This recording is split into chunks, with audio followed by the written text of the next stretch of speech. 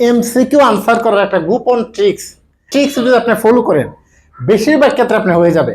আপনি পারতেছেন না, অবলম্বন করেন, দেখবেন কাজ দিব। দেখেন এখানে লেখা আছে the saying every cloud has its silver lining means, মানে কি জানেন? এটা মানেটা আগে জানতে হবে। এটা মানেটা হলো, মনে করেন যে আমি বলি, মেঘ দেখে তোরা করিস না রে ভয়, আড়ালে তার সূর্য হাসে। তার মানে দেখেন, একটা মনে রাখার বুদ্ধিটা দিই। মূল কথা লেখা এভরি ক্লাউড।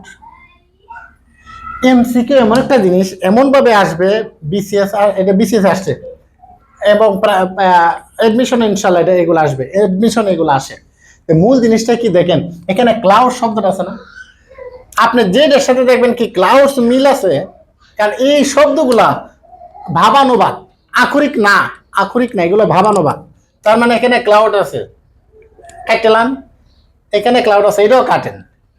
হ্যাঁ, এখানে ওয়েদার আর ক্লাউড পার্থক্য কি, এটাও কাটেন। আনসার হলো 3 নাম্বার। হ্যাঁ, আনসার 3 নাম্বার ঠিক। অনেক ক্ষেত্রে আমি দেখছি এটা কাজে লাগে।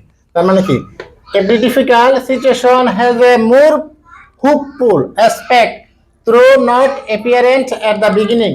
Every difficult situation, প্রত্যেকটা কঠিন পরিস্থিতি, has a more hopeful, আছে রয়েছে অনেক আশা, aspect প্রত্যাশা।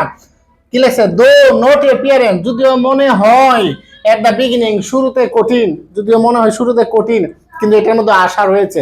দেখছেন, এই ক্লাউড যেগুলো আছে এগুলো আগে কাটবেন, অটোমেটিকলি হয়ে যাবে। হ্যাঁ, এরকম কিছু সিস্টেম আছে, আর কিছু আছে ভিন্ন রকম।